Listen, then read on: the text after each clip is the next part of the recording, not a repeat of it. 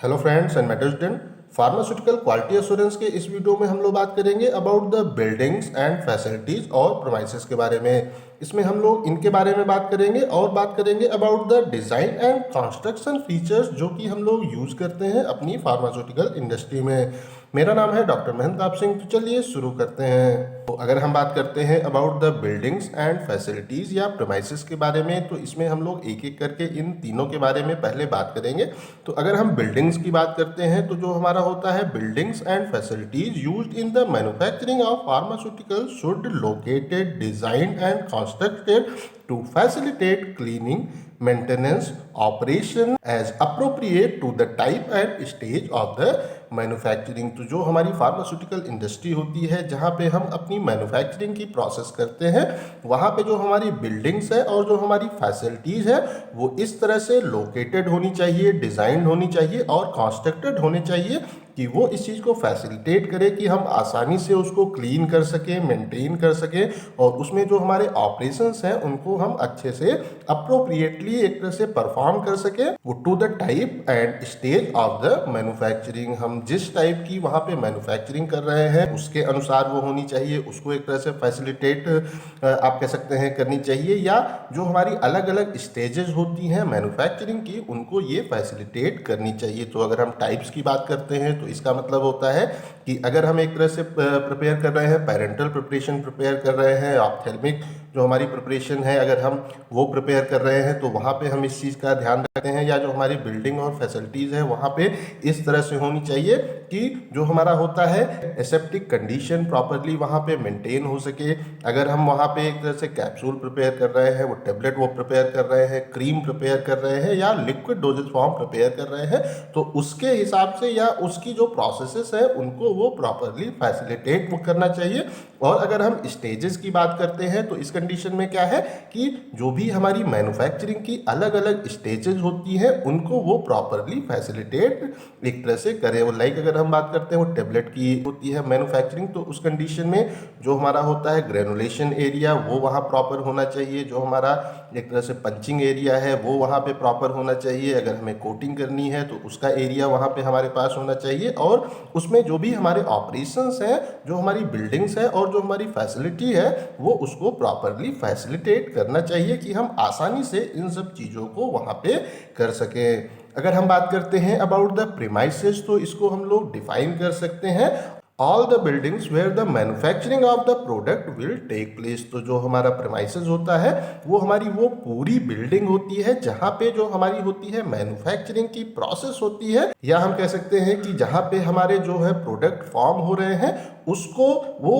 Total place हमारा building वहाँ पे कहलाता है। और वो इस तरह से होना चाहिए कि वो हमारी जो जीएमपी के स्टैंडर्ड्स हैं उसको एक तरह से कंप्लाई करे और वहाँ पे हमें एक क्वालिटी जो हमारा प्रोडक्ट है वो हम वहाँ पे प्रिपेयर कर सके। तो अगर हम फैसिलिटीज़ के बारे में बात करते हैं, facilities should also be design to minimise potential contamination. तो हमारा जो है एक तरह से मैन्युफैक्चरिंग की प्रोसेस है वहाँ पे जो हमारी फैसिलिटीज़ है वो इस तरह से डिज़ाइन होनी चाहिए कि जो हमारे वहाँ पे पोटेंशियल कंटामिनेशन के चांसेस हैं वो वहाँ पे प्रॉपरली मिनिमाइज हो सके। तो हम आसान तरीके से इस चीज़ को कह सकते हैं कि जो भी हमारा ऑर्गेनाइजेशन है या जो भी हमारी बिल्डिंग है उसमें हमें ऐसी फैसिलिटीज़ की रिक्वायरमेंट होती है जिससे कि जो भी कंटामिनेशन के चांसेस हैं जिनको हमें अवॉइड करना है वो वहाँ पे प्रॉपरली हम उनको मिनिमाइज कर सकें। The operation should be perform with in specifically defined areas of the adequate size. तो हमारे जितने भी ऑपरेशन हैं वो एक स्पेसिफिक एरिया जो उसके लिए डिफाइंड हो उसके अंदर होना चाहिए, और जो हमारा एरिया है वहाँ पे हमें एडिक्वेट स्पेस वहाँ पे होना चाहिए जिससे कि हमारे जो काम है वो प्रॉपरली वहाँ पे हो सकें। जो हमें इक्विपमेंट अपरेटर्स वगैरह वहाँ पे रिक्वायर्ड हैं वो अच्छे से वहाँ पे इंस्टॉल हो सके।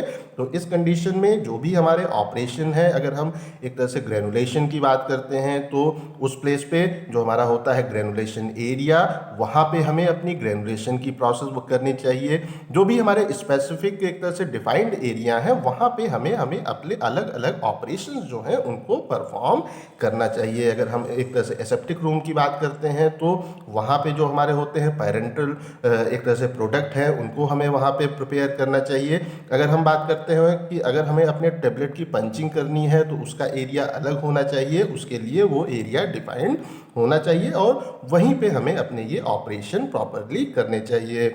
उसके बाद जो हमारा अगला है वो building also have the adequate space. जो हमारी बिल्डिंग है उसके अंदर अच्छा खासा स्पेस होना चाहिए, वो जिससे कि हमारे जो इक्विपमेंट हैं उनको हम लोग अच्छे से ऑर्डरली वहाँ पे प्लेस कर सकें। जो हमारे होते हैं वो ड्रग जो हमारे प्रोडक्ट हैं उनके जो कंटेनर हैं, क्लोजर्स हैं, उनको हम अच्छे से वहाँ पे जो वो रख सकें। जो हमारा होता है इन प्रोसेस हमारे मटेरियल्स हैं या जो हमारे ड्रग प्रोडक्ट्स हैं उनको हम अच्छे से वहाँ पे स्टोर कर सकें, वो जिससे कि जो हमारे कंटामिनेशन के चांसेस हैं उनको हम अच्छे से वहाँ पे प्रिवेंट कर सकें। तो जो हमारा बिल्डिंग है उसमें हमारे पास अप्रोप्रिएट स्पेस होना चाहिए, जिससे कि हमारे जितने भी ऑपरेशंस हैं, जितने भी हमारी स्टोरेज रिक्वायरमेंट्स हैं वो प्रॉपरली वहाँ पे फुलफिल हो सकें। अब हम लोग बात कर लेते हैं about the designing and construction features के बारे में। इंडस्ट्री है उसकी जो हमारी आप कह सकते हैं डिज़ाइनिंग है या वहाँ पे जो हमारे फीचर्स हैं, जो हमारे कंस्ट्रक्शन के फीचर्स हैं वो किस तरह से होने चाहिए। अगर हम उनके बारे में बात करते हैं तो जो हमारे एक तरह से डिज़ाइन है या जो हमारा कंस्ट्रक्शन का फीचर्स है हमारे फार्मास्यूटिकल इंडस्ट्री का, वो इस तरह से होना चाहिए कि वो हमारे जितने भी ऑपरेशन हैं उसको हम अच्छे से वहाँ पे एक तरह से परफॉर्म कर सकें। जो स्टोरेज हमें रिक्वायर्ड है वो वहाँ पे प्रॉपर हो। तो अगर हम इसके बारे में बात करते हैं वो वो शुड बी डिफाइंड एरिया और other control system for activities. तो इस कंडीशन में जो भी हमारे कंट्रोल सिस्टम है या जो हमारे ऑपरेशंस वगैरह हैं उसके लिए हमारे पास पर्टिकुलर एरिया एक तरह से डिफाइंड होना चाहिए। हमें अपने जो हमारी ऑर्गेनाइजेशन है, जो हमारी फार्मास्यूटिकल इंडस्ट्री है, उसको इस तरह से डिज़ाइन और कंस्ट्रक्ट करना चाहिए कि हर ऑपरेशन के लिए, हर हमारे कंट्रोल सिस्टम के लिए एक स्पेसिफिक डिफाइंड एरिया वहाँ पे होना चाहिए। तो अगर हम इन एरियाज़ के बारे में बात करते हैं तो जो हमारा इसमें पहला एरिया है that is the receipt, identification, sampling and quarantine of the incoming material pending और रिलीज एंड रिजेक्शन। तो जो भी हमारे होते हैं इनकमिंग हमारे होते हैं मटेरियल होते हैं, जो हमारे वो रॉ मटेरियल या हम पैकिंग मटेरियल बाहर से लेके आते हैं, उनका जो हमारा वो रिसिप्ट होता है उनको एक तरह से आइडेंटिफिकेशन करने का जो हमारा एरिया है, उनकी जो हमारी सैम्पलिंग है उसका जो हमारा एरिया है, और उनको स्टोर करने के लिए जो हमारा क्वारंटाइन एरिया है वो हमारे हर एक तरह से कंपोनेंट के लिए, हर प्रोसेस के लिए अलग अलग होना चाहिए। वो हमारे इनकमिंग जो मटेरियल है उनके लिए अलग होना चाहिए। तो हमारे जो एक तरह से ऐसे सब्सटेंस हैं वो जो कि एक तरह से रिलीज़ के लिए आप कह सकते हैं पेंडिंग है, तो उनके लिए वो एरिया अलग होना चाहिए। और ऐसे सब्सटेंस जो कि रिजेक्ट हो गए हैं उनके लिए ये सब एरिया अलग अलग होने चाहिए, जिससे कि जो एक तरह से मिक्सअप की प्रोसेस है या मिक्सअप के चांसेस हैं वो वहाँ पे हम प्रॉपरली अवॉइड कर सकें। उसके बाद इसमें जो हमारा अगला है दैट इज द वो क्वारंटाइन बिफोर रिलीज और the rejection of the intermediate and API. तो जो हमारा एक तरह से इंटरमीडिएट प्रोडक्ट होता है या जो हमारे एपीआईज वगैरह हैं उनका जो होता है क्वारंटाइन रिलीज करने से पहले, या जो हमारे रिजेक्ट चीज़ें हैं उनका क्वारंटाइन हमें अलग रखना चाहिए। मीन्स अगर हम इंटरमीडिएट्स की बात करते हैं तो जो हमारी प्रोसेस होती है, जैसे कि हमने ग्रेनुलेशन की प्रोसेस किया तो उससे जो हमारे ग्रेन्यूल्स आए वो एक इंटरमीडिएट है। अगर हमने वो टेबलेट की पंचिंग किया उससे जो हमारी टेबलेट फॉर्म हुई वो हमारा इंटरमीडिएट है।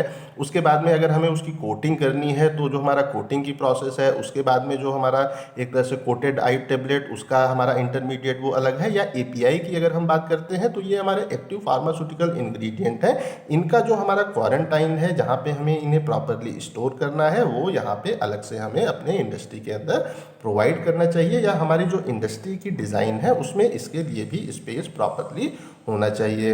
उसके बाद जो हमारा अगला है storage for the released component, वो drug product, containers, closures and labeling. तो इस कंडीशन में जो भी हमारे रिलीज्ड एक तरह से कंपोनेंट हैं, मीन्स ऐसे सब्सटेंस जो कि एक तरह से रिलीज हो चुके हैं, उनका जो हमारे क्वालिटी पैरामीटर हैं हमने अगर उनको चेक कर लिए हैं तो उनको हमें अच्छे से स्टोर करने के लिए स्पेस चाहिए। जो भी हमारे होते हैं ड्रग प्रोडक्ट के हमारे कंटेनर्स हैं, क्लोजर्स हैं, और जो हमारे लेबल्स वगैरह हैं उनको स्टोर करने के लिए हमारे पास प्रॉपर स्पेस होना चाहिए। उसके बाद अगला है हमारा storage of in process material. तो जो हमारे इन प्रोसेस एक तरह से मटेरियल्स हैं, वो जैसा कि हमने यहाँ पे कहा इंटरमीडिएट, तो जो हमारे इन प्रोसेस एक तरह से मटेरियल है जिनकी अभी प्रोसेसिंग होनी है, उनके लिए भी हमारे पास प्रॉपर अपने जो एक तरह से मैन्युफैक्चरिंग एरिया है वहाँ पे स्टोरेज कंडीशन होनी चाहिए।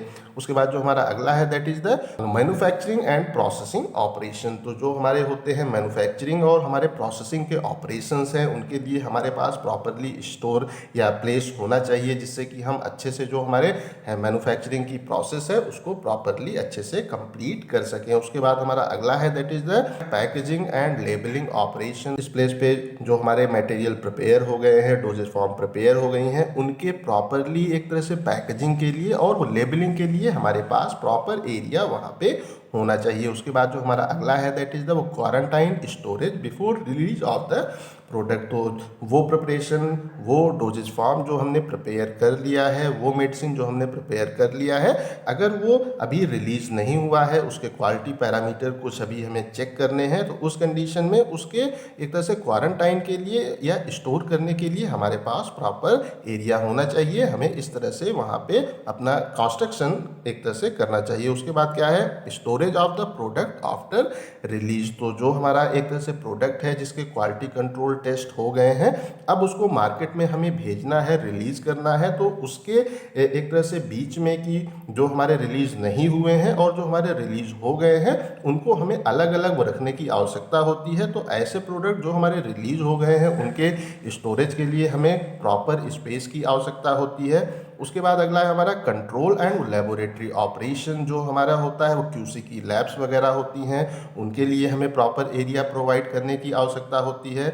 उसके बाद अगला है that is the aseptic processing age appropriate. अगर हमारे पास पेरेंटल एरिया है तो उस कंडीशन में जो हमारी होती है एसेप्टिक प्रोसेसिंग के लिए अप्रोप्रिएट वहाँ पे हमें स्पेस प्रोवाइड करना चाहिए। उसके बाद अगला है that is the floors, walls, ceilings of smooth hard surface that are easily cleanable. तो जो हमारे फ्लोर्स हैं, जो हमारी वॉल्स हैं और जो हमारी सीलिंग्स हैं वो स्मूथ होनी चाहिए और हार्ड होनी चाहिए, जिससे कि हम आसानी से उसको क्लीन भी कर सकें। उसके बाद जो हमारा अगला है that is the temperature and humidity control. तो जो हमारा फार्मास्यूटिकल इंडस्ट्री का इन्वायरमेंट है उसके टेम्परेचर को और उसमें जो हमारी ह्यूमिडिटी है उसको कंट्रोल करने के लिए भी हमें प्रॉपर फैसिलिटी यहाँ पे प्रोवाइड करनी चाहिए अपने फार्मास्यूटिकल इंडस्ट्री में। उसके बाद हमारा अगला है and air supply filter through HEPA filter under positive pressure. तो इस कंडीशन में जो हमारी एयर सप्लाई हमारे फार्मा इंडस्ट्री में आ रही है